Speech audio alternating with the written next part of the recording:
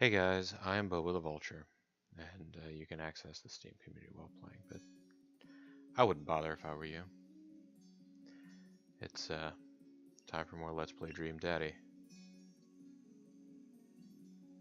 Look at these men. Are any of them dream fulfillment for you? I sure hope so, otherwise this game is not accomplishing its goals. Let's go ahead and continue from Dad Book, because we finished our Brian date number 2, which went well.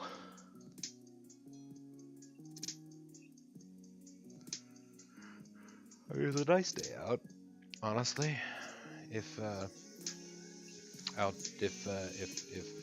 in-game avatar Bobo had allowed himself to take the proverbial backseat for this outing and allow Brian to do his thing, because this is like his thing, man.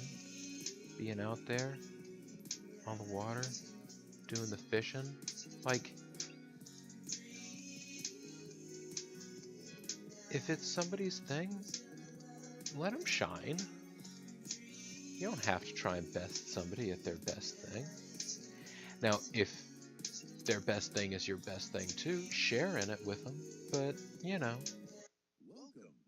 You got dads. Anyways. I'm so far ahead of this. To give you an example of how far ahead I am in recording this, because I'm trying to get stuff done before this baby arrives. So I have parsed these out. I believe this should be, well, I guess last week's was Christmas, so this will be New Year's, like New Year's Eve, something, right? Give you an idea of how far out I am. I have in my hand right now a bottle of water that just yesterday, I think it was just yesterday, took out of the freezer where we had packed it for Hurricane Florence. Remember Hurricane Florence, the natural disaster that just flooded the Carolinas, left the city of Wilmington an island, basically. Didn't hit us. We were in the north end of its initial projected path, and then it took a turn. Anyways, last time we had our date with Brian. Last time, our first date with Robert did not go super well, but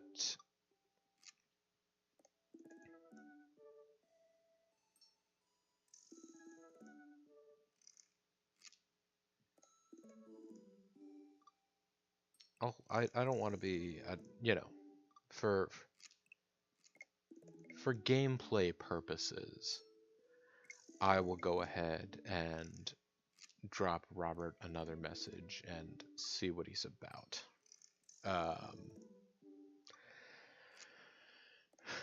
I mean, when we first met, we were watching the game, and it was fun to watch the game with him, right? I don't know. Robert strikes me as one of those guys that's good to know.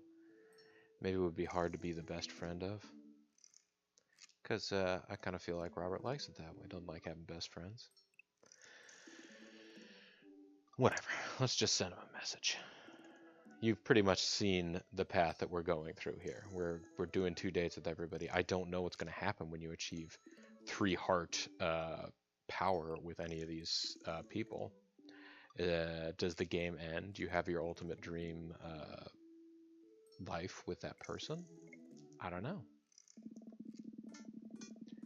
I had a lot of fun with Robert the last time we hung out, but I'm beginning to wonder if he's dodging me. I saw him last night, and we didn't have fun with him the last time.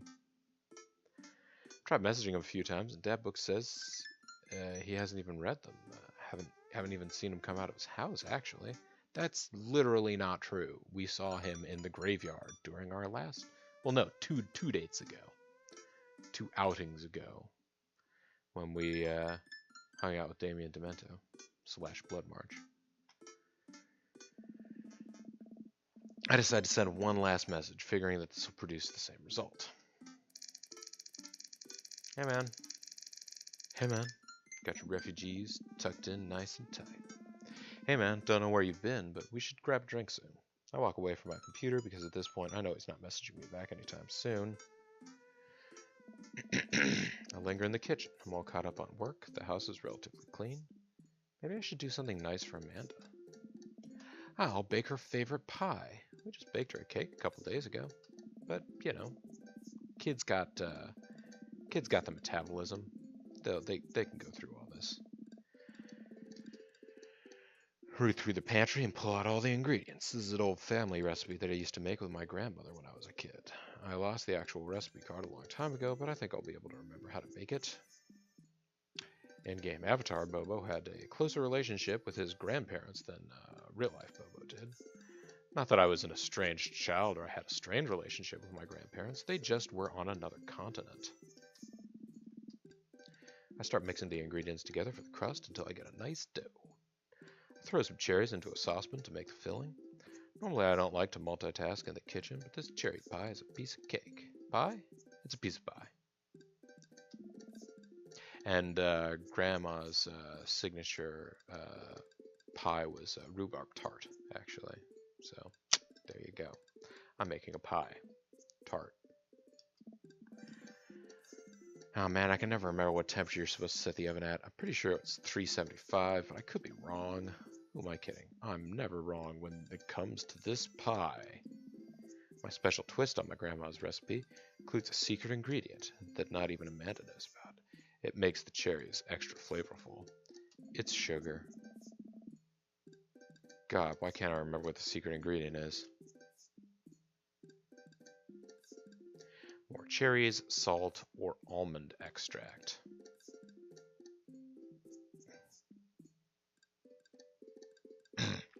Almond extract sounds like it would be good. However, I don't think it would make the cherries extra flavorful. More cherries is not something that you would forget. Salt sounds like it's one of those mildly counterintuitive things that would bring out maybe the tartness of the cherries. However, I also don't think that salt would be a secret ingredient that you would forget. Plus, there was a Simpsons where they made the joke the secret ingredient is salt, which may actually be something that they're then trying to get me in this game to refer to. But you know what? Doesn't matter. It's a game. Let's go with almond extract. Oh, it's almond extract. Duh. Oops, I accidentally poured a little too much in. Way too much in. I'm sure it's fine. Baking is an art, not a science, and I just clicked across. Anyway, I finally get the pie in the oven. How long am I supposed to leave it in there? 50 minutes? I'll just wing it. Amanda's gonna be so excited. That kid loves a good pie. I have a seat at the kitchen table and do word jumbles until Amanda comes home. I can hear the door slam open. Yo, Pops, what smells like pie in here? It's pie, sweetie. Amanda darts over to the oven and looks inside. Yes! Hey, it's not done. Be patient. What's your angle here? What? Pies are an objective-based confection. What are you trying to get out of me?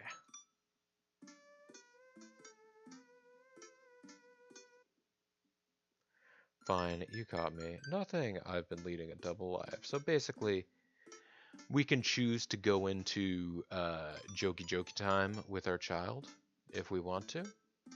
I'm all for jokey time with children. In theory, anyways. I'm dispensing all of this parental advice like I'm a parent yet. But no, like theoretically, I'm all about jokey time. But I feel like we've been doing a lot of that lately. Seems like every interaction that we have with Amanda turns into jokey time. I'll let it turn into that, but let's not start there. Can a dad bake his daughter a pie for no reason other than to make her happy?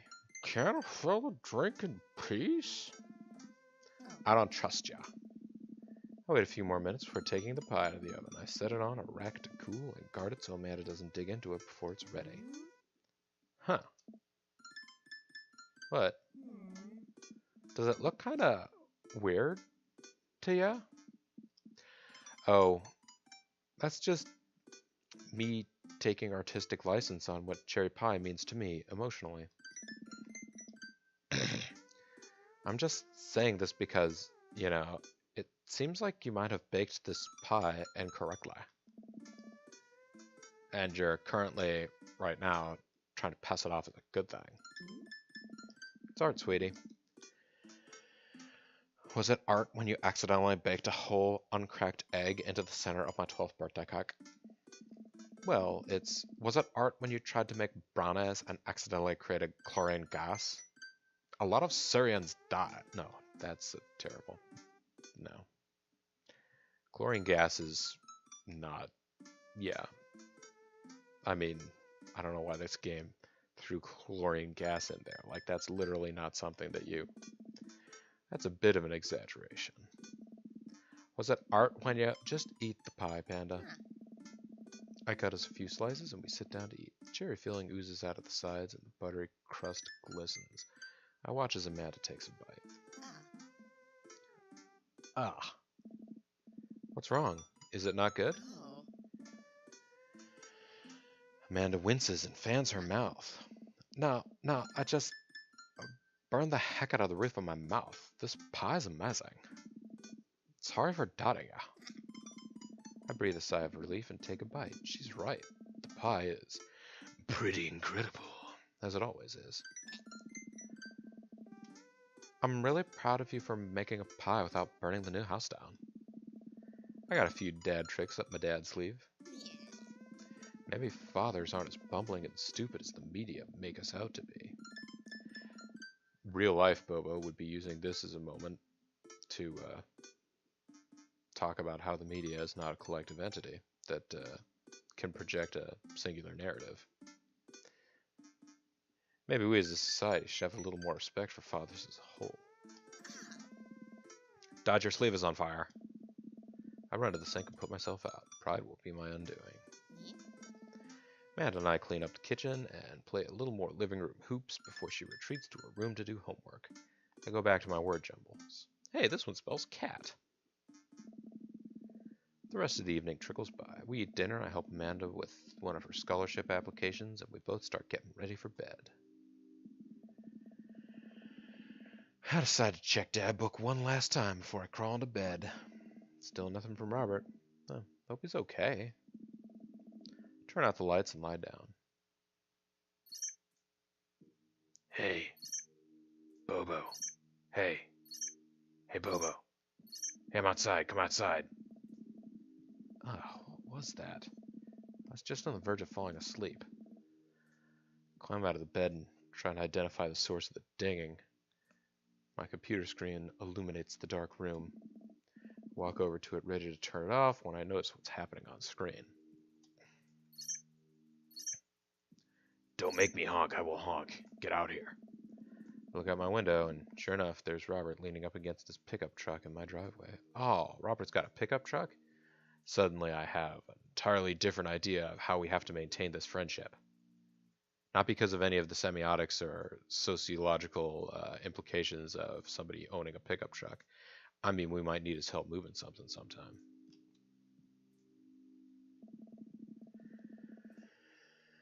I open my door and try and figure out what's going on. Hey. Hey? Wanna hang? I was kind of sleeping. That's no fun. Come hang out. I would argue that sleeping is very fun, but I don't have anywhere to be in the morning. Might as well live a little. Sure. Cool. You plan on going out like that? I look down and realize that I am in fact not wearing pants. I mean, I don't mind. Right. 1 second. I run inside, quick as a flash that appears in the left corner of the screen. Throw on my going out pants, shoes, and a jacket. Grab my keys and meet Robert back outside. Ready? Ready. Hop in. I jump into the passenger seat of his old red pickup truck. I have to move a few empty cigarette packets and gas station receipts out of the way before I can sit. Robert silently starts the car and we drive out the cul-de-sac. You like Tom Waits? Love Tom Waits. There's a world going on underground. I look before I can answer. Robert turns up the radio. Yep, that's Tom Waits, all right. He lights a cigarette and cracks the windows. We drive together in silence.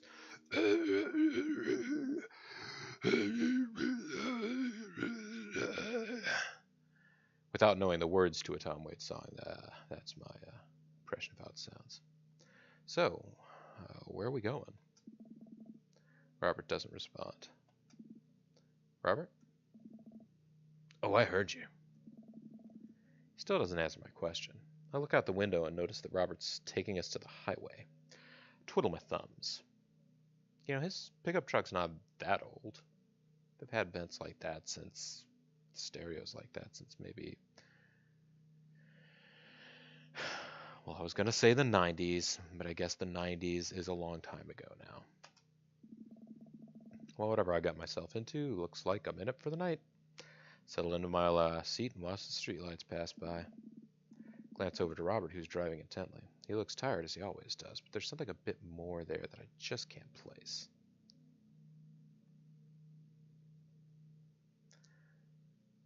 I like your car. I mean, I probably would like this guy's old pickup. How old is this thing? Older than you. Looking at the dash, I would say almost certainly inaccurate. Pickup trucks that are older than me tend not to have plastic on the dash, at least not to that extent. It'd be used as trim pieces rather than main coverings. Stop looking so nervous. I'm not nervous. I'm a little nervous. Just hang on, we're almost there. Almost where? I have no idea where we are. I think we're moving at a slight incline, but I'm not so sure. We eventually come to a stop. Robert gets out of the car, and I sit for a second, unsure if he wants me to get out too. What are you waiting for? I hastily exit the car. Robert sits in the bed of his truck and pats the space next to him.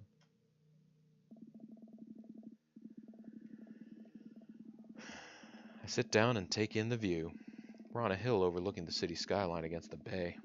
The cool night air rustles as some trees near us. The cool night air rustles as some trees near us. We do the third take here. I'm doing these kind of late at night, guys. I apologize for it. The cool night air rustles some trees near us as lights blink in the distance. Off to the side, I can see an entrance to a dense forest. Man, it's all so gorgeous. This is what Maple Bay looks like, guys. This is where I come to masturbate. What? I'm kidding. What's wrong with you? It's my little spot where I come to think. It's nice. You can see the whole city from up here. Really gives you some perspective. Robert reaches behind him and pulls something out from under his jacket. It glints in the moonlight as I suddenly realize what it is. Oh shit, that's a knife. Oh. Please don't stab me. Robert reaches into his pocket, pulls out a small piece of wood. Please don't stab me with that either. I mean, he brings that along just in case because he knows that I was hanging out with Damien Demento / Blood March earlier. He figures he might have to stab him with that. Robert takes the knife to the piece of wood and starts carving at it. Like you couldn't tell that's where they were going with this. Oh, I breathe a very audible sigh of relief as Robert looks at me sideways.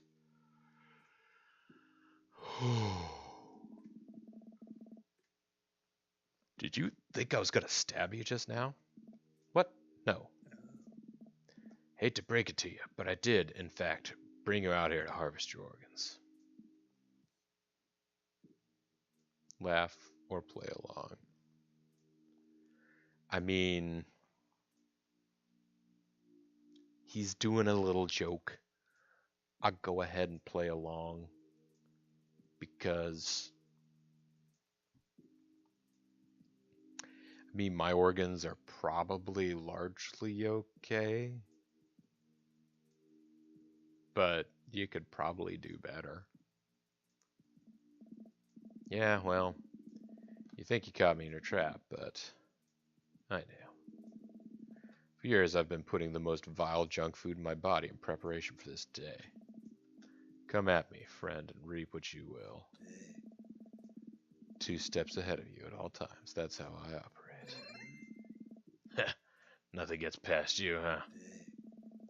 Robert reaches into his pocket and pulls out a folding knife that he opens and hands to me. Gonna warn you, the last guy I had a knife fight with lost 3 fingers because he didn't know the 8 basic rules of knife fighting. You're familiar, correct? I honestly can't tell when you're kidding. There's so many levels of irony deep that I've forgotten what humor is. He and I laugh. Have you ever whittled before? Considering I'm not a grandpa, no. Bobo, he clearly whittles and is not a grandpa. Why are you insulting your friend or the person that you're trying to be friends with? What do you mean by that? Well, I just thought that you would have a block of wood shipped to you along with your first Social Security check.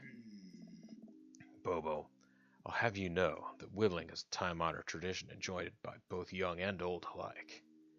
That you're dismissing it before you've even tried it speaks volumes about your character. However, because I've gotten to know you for some time and have come to think of us as friends, I'm willing to attribute it to ignorance instead of malice. What I'm trying to say is, go get that stick.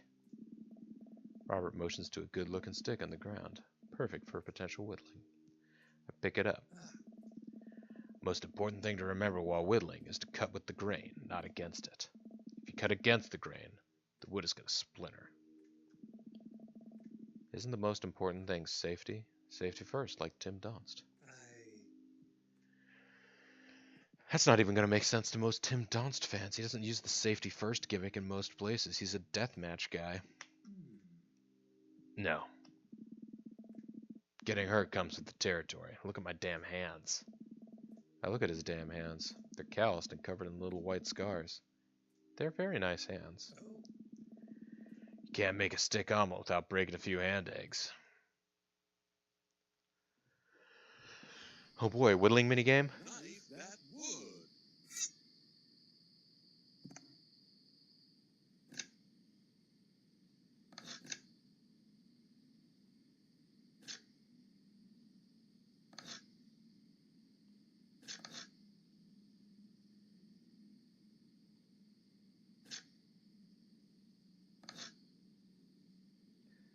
This is not as thin as you would, or as smooth as you might anticipate it being.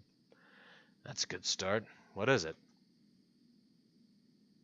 It's a sharp stick. I mean, that's what it is. Looks like a pencil. Wouldn't really work as one. Not a knitting needle. Careful. Don't poke yourself with that. You made a sharp stick.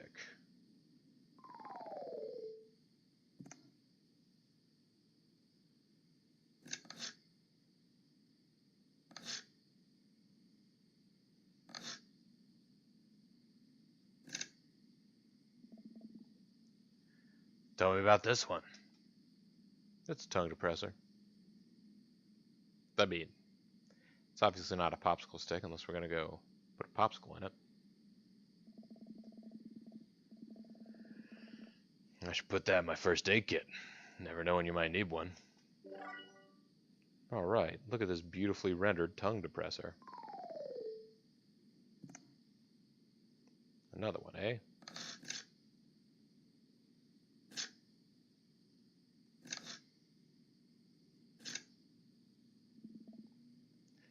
What's the story here?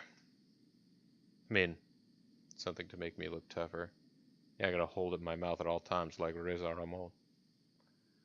Bubble popper? I mean, it's a toothpick. You realize that you could have just picked at your teeth with a knife. You made a toothpick.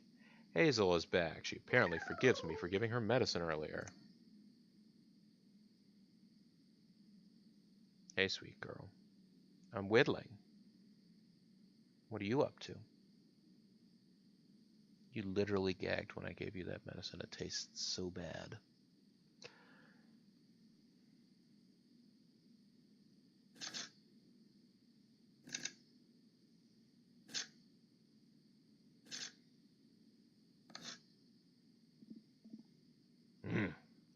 What's this? Is it a Ouija board planchette? I don't know. Is it a chicken nugget? Okay, kitty, you can come sit on my lap, I guess, if you want. I'm not going to get rid of the keyboard entirely. I have to have some access to it. I mean, I don't know. And that's just fine. You made personal whittling progress. Oh, we have another one.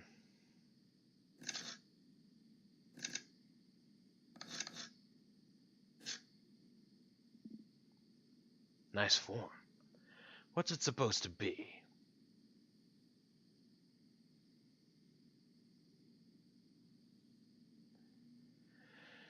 Is it a self-portrait? Is it Louisiana? It's you. That's an odd thing to say. They're all odd things to say. I mean, it looks to me like it might be I was going for rubber ducky and it went all wrong. I'll say self-portrait. Why not? I look like a wooden lump. Spitting image of you. I made a masterpiece. I made Chris Masters.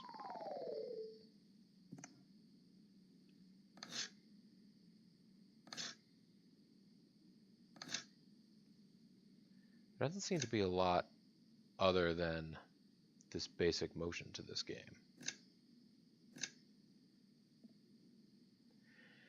Interesting. What do we have here? Chopstick lefty, chopstick righty, chopstick ambidextrous. I'm going to say it could be either. And remember, guys, you need 2 chopsticks to make a thing go right. You need 2 to make it out of sight. It's a stick. I made a chopstick ambidextrous. I sure did. How many more gags are we going for here? This is a big piece.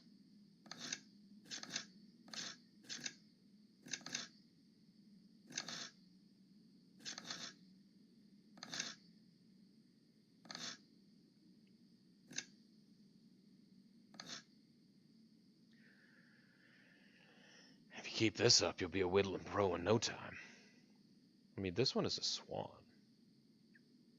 It's a beautiful swan. Nice work. I made the meanest bird, but the most beautiful bird.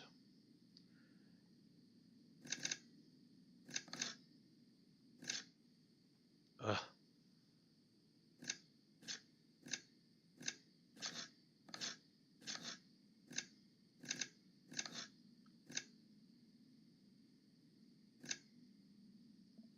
Holy crud.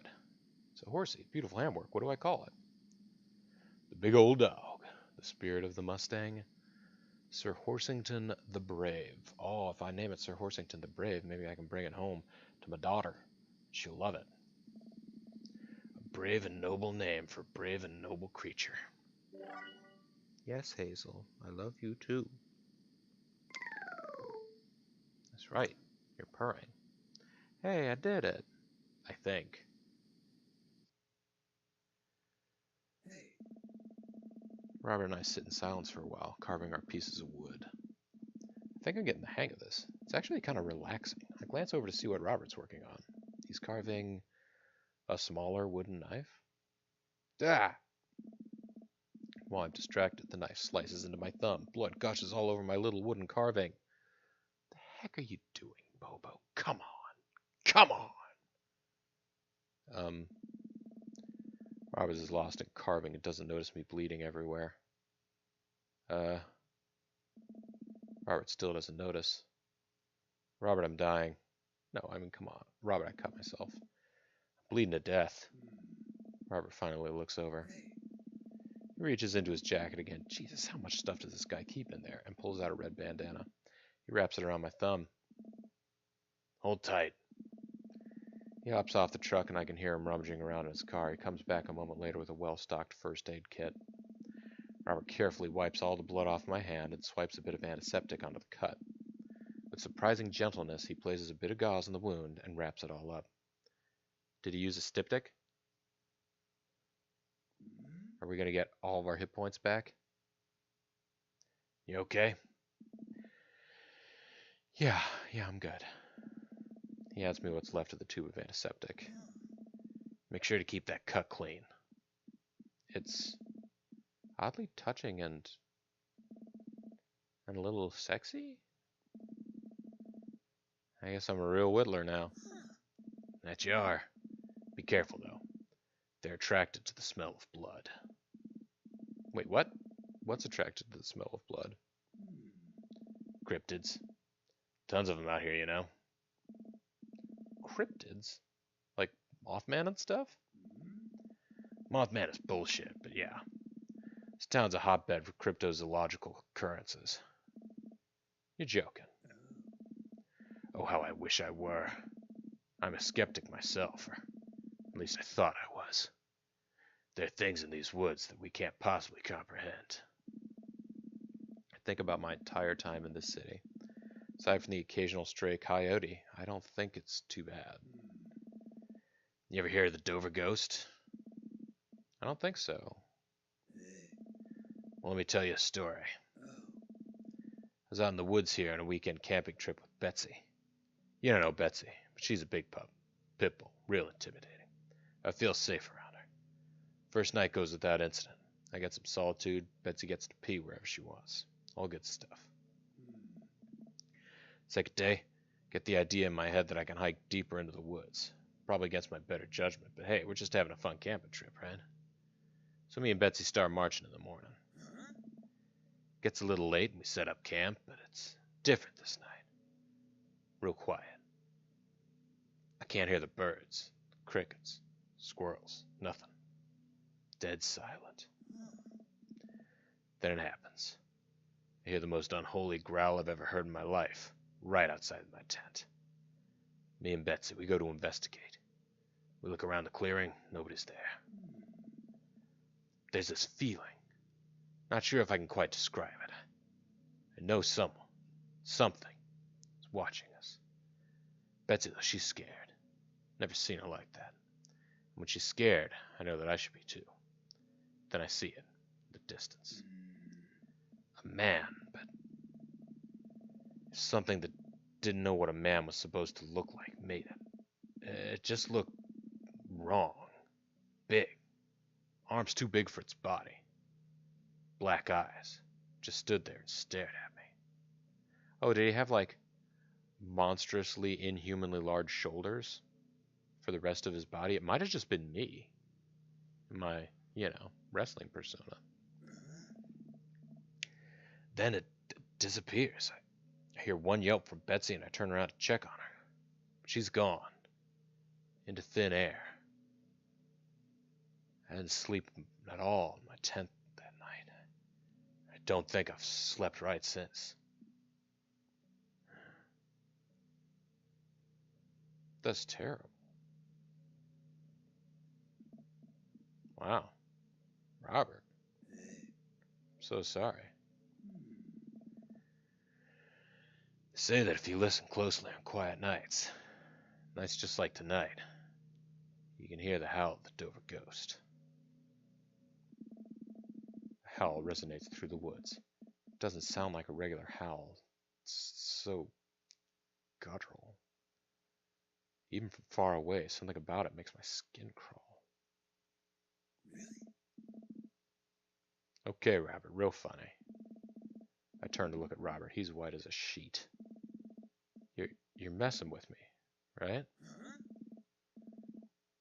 I was messing with you up until literally just now. I totally made that camping story up. I strain my eyes to scan the forest line, trying to see where the howl originated from. Off in the distance, I see something. So far away, I barely can make out a shape. It looks human, but it's dragging something.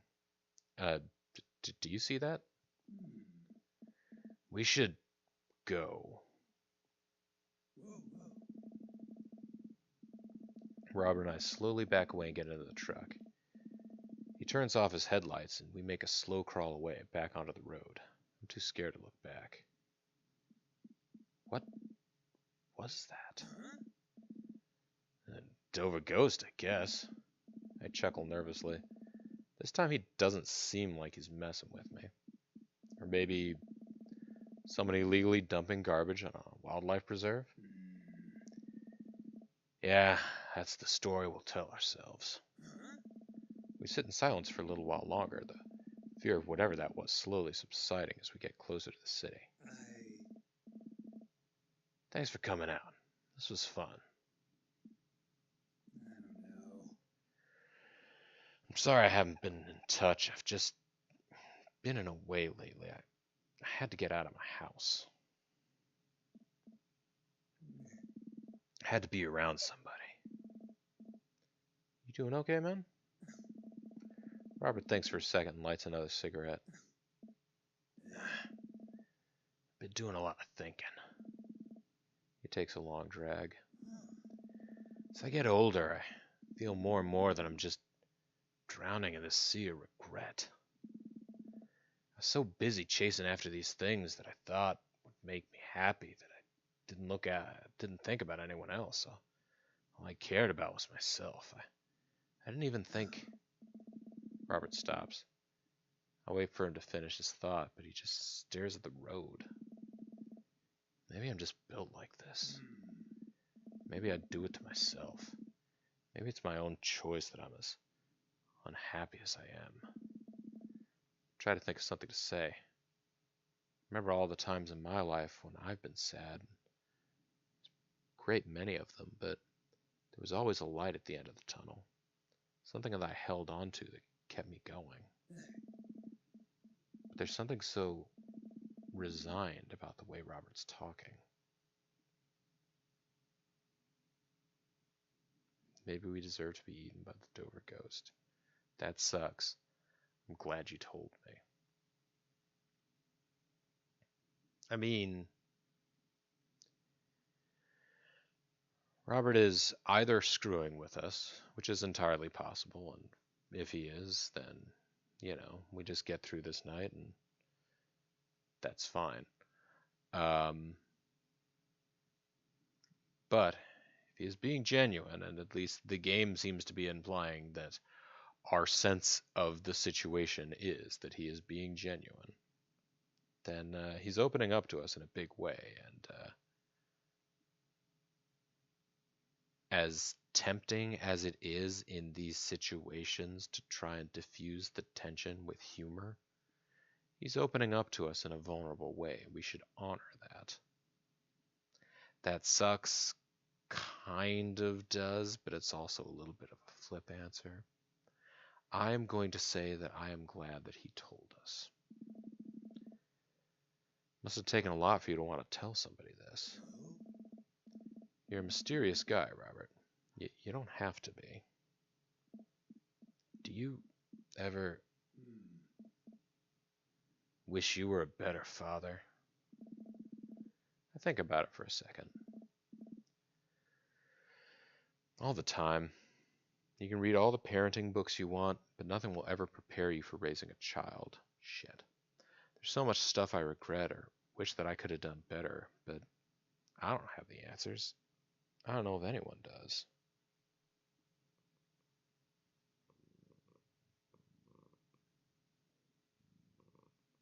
Yeah, what a good girl, Hazel. Hey. It's funny. I look at you and your relationship with your daughter and it seems perfect. It isn't. At least you're there for her. Stare out the window at the blur of passing trees. Just hope I'm a better father to my kid than my dad was to me. I feel like my dad was good to me.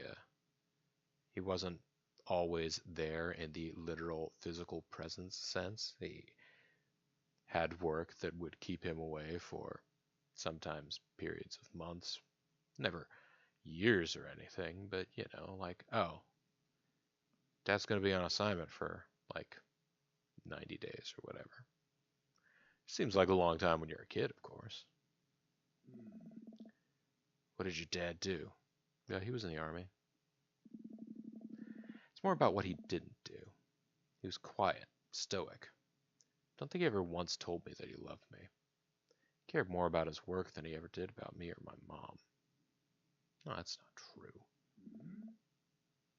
Thoughtful dots. Do you hate him?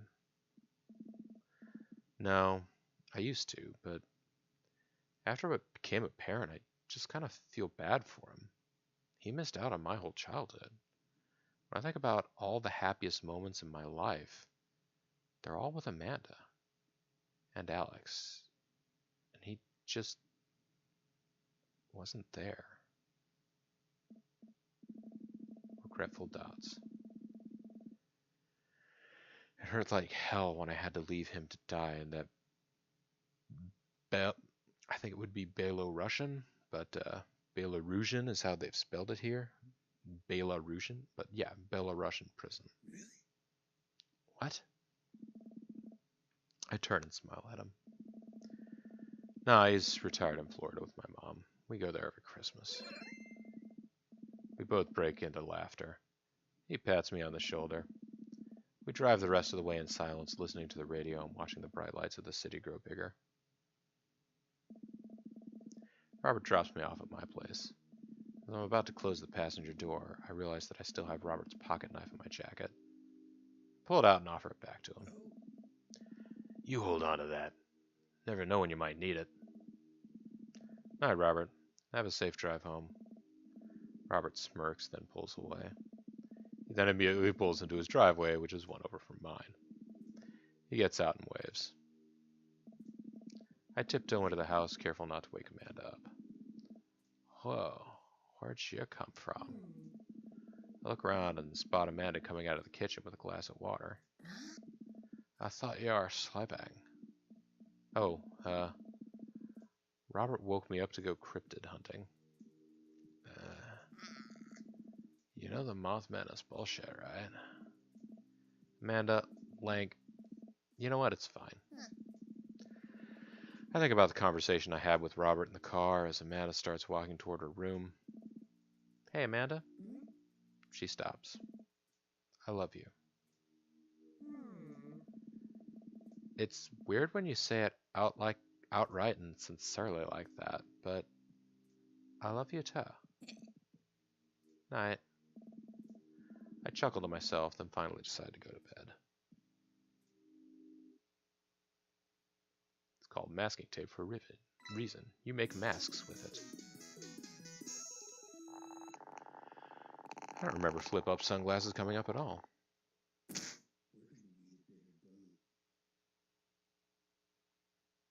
Well, there you go. We got an A.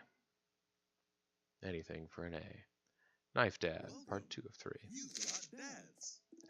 There you go. We have now been on 2 heart dates with every dad in Dream Daddy. I genuinely don't know what happens when you reach the 3 heart mark. Is that when things take a turn for the amorous? Is that when you max out your relationship with any of these people and you just stop talking to them ever again because there's no new interactions to have? Does the game end? I don't know. We'll find out together, unless you already know.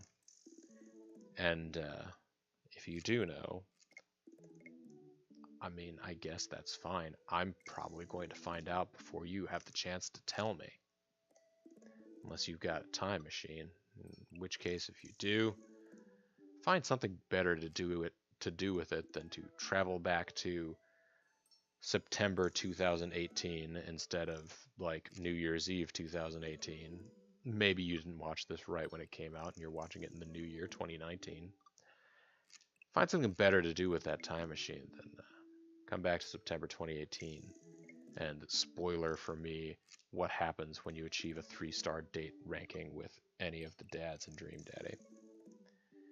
Anyhow, folks, this is Bobo the Vulture. This has been Let's Play Dream Daddy. I want to thank all of you for watching, and I hope that I'll see you next time. Bye for now.